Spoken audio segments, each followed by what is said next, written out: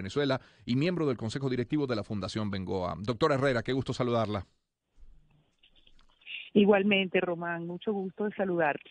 Doctora, ¿cómo se está alimentando el venezolano? ¿Qué come? ¿Cuántas veces al día? Porque después quiero hablar particularmente de los niños, pero en términos generales hablemos del venezolano. ¿Qué come hoy, el día de hoy?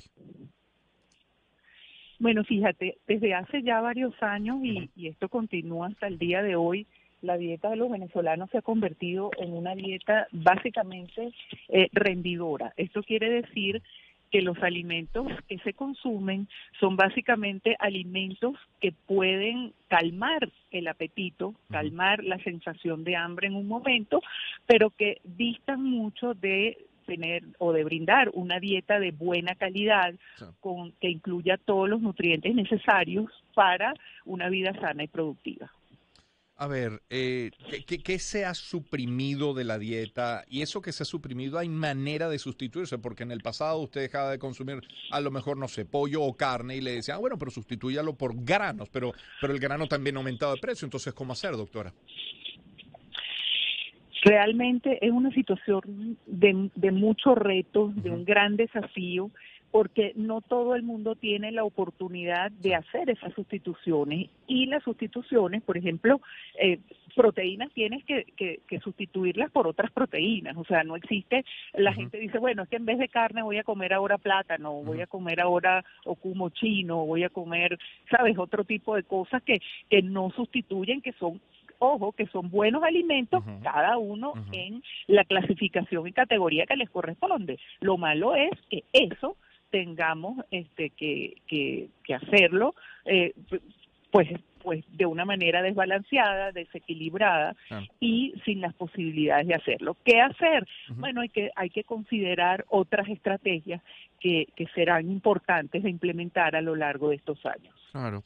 Hablando de años, los niños, particularmente los niños, doctora, de muy pequeños, bueno, lactancia siempre va a ser la recomendación de todo médico, pero luego comienzan a sustituirse o complementarse con fórmulas, aparece la necesidad de la leche, un poco más adelante, bueno, la necesidad del balance, que haya en efecto para él también proteínas, carbohidratos, legumbres, frutas, por supuesto, quizás en pocas cantidades, pero igual, si es una familia de bajos ingresos, se la ve muy difícil para poder alimentar a ese niño. ¿Qué pasa con ese niño hoy en Venezuela? Fíjate, eso es realmente súper importante, porque si tenemos una etapa en la vida en la cual tanto las calorías como el consumo de proteínas es sumamente importante y de ácidos grasos esenciales, es antes de los 2 años.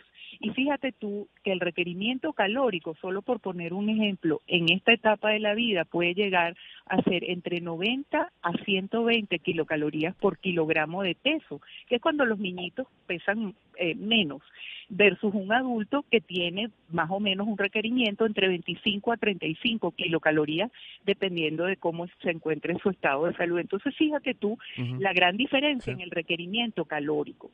Si esto no se brinda adecuadamente, pues realmente primero, si no se brindan las adecuadas calorías, entonces hay una brecha en el consumo energético y en el aporte energético para el niño. Entonces va a empezar a consumirse sus pocas proteínas que tiene, que además debería estar utilizando para el desarrollo y la construcción de tejido.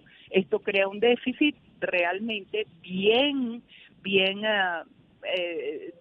malo y que deteriora muchísimo esa curva de crecimiento lineal que todos estaríamos esperando que ocurra en un niño pequeño, con todas sus consecuencias que ya hemos mencionado en múltiples oportunidades, como el desarrollo cognitivo alterado y el desarrollo psicomotriz, entre otras muchas alteraciones. Claro, doctora, si comenzamos, estamos conversando con Marinela Herrera, la doctora Marinela Herrera. Si conversábamos hace 2 años, seguramente el tema central hubiera sido el desabastecimiento. Había muchos productos que no se conseguían. Desde hace ya un buen tiempo, los anaqueles sí están llenos, pero la verdad que a precios prohibitivos para la inmensa mayoría. Entonces, no hay el desabastecimiento del pasado. Hay en el análisis económico de muchos nichos en nuestra economía que parecen tener unos mejores indicadores, pero estos dos elementos combinados tienen un impacto positivo Probablemente en algunos sectores sí, pero en la mayoría se puede hablar de un impacto positivo en el país, producto de estas dos cosas muy particularmente a las que me refiero.